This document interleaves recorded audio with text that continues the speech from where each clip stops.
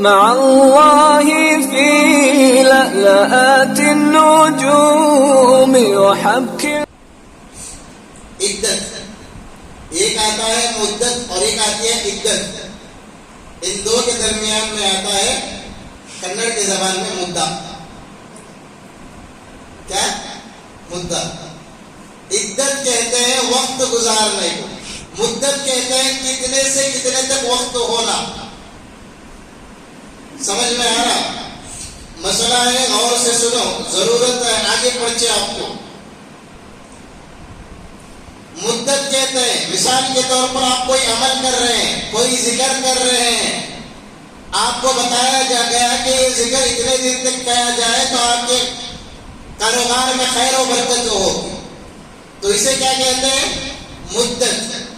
اب شریعت میں کوئی آدمی شریعت کے دائرے میں ہو اور وہ اپنی بیوی کو طلاق دے دے اور اس کی بیوی کتنے دن تک عدت گزارے گی،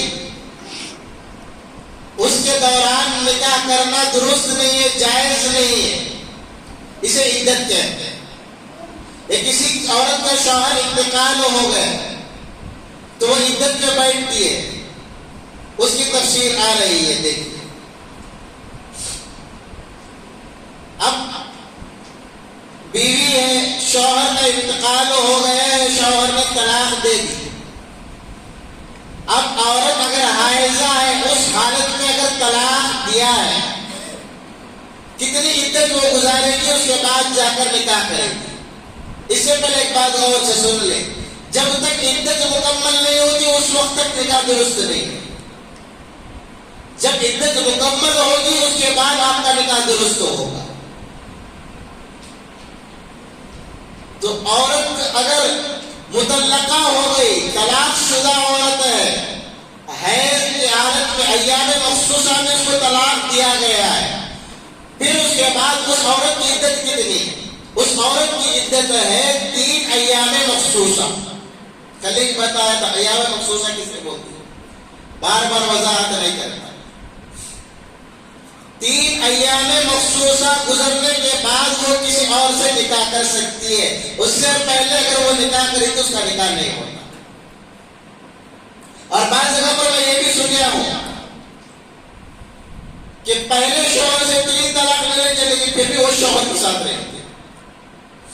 باقاعدہ ایسے واقعات آئے ہیں میرے پاس. میں خارج کے ریلا میں چھوڑوں سو ریل بولوں سو میں ایک کھیڑے گاؤں سے ایک عورت مجھے روتے ہوئے فون کری.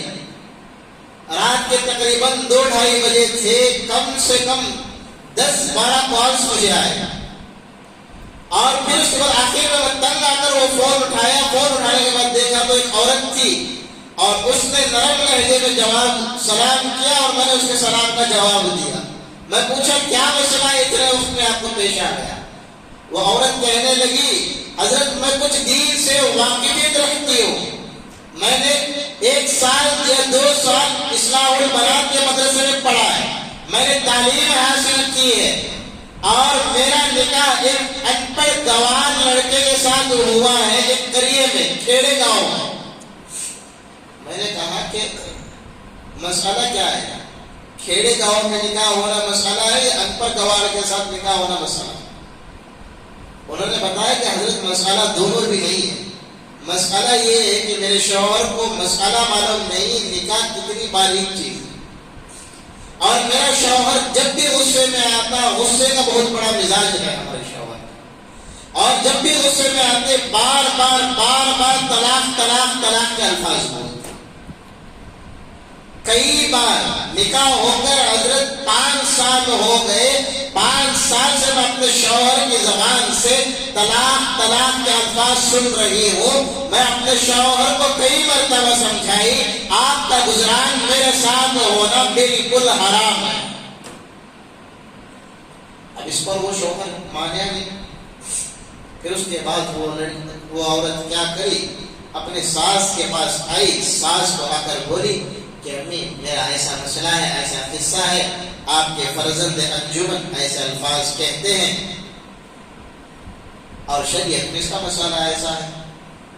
تو اس پر ساس کہنا یہ تھا کہ بیٹی آپ کا نکاح تو ختم ہو گیا ہے، اس لیے اب جتنے دن آپ 3 طلاق کے بعد زندگی گزارے ہیں، یہ گناہ میں گزارے ہیں، اس پر توبہ استغفار کر لو، اور پھر اس کے بعد اب آپ دونوں علیحدہ ہو جاؤ۔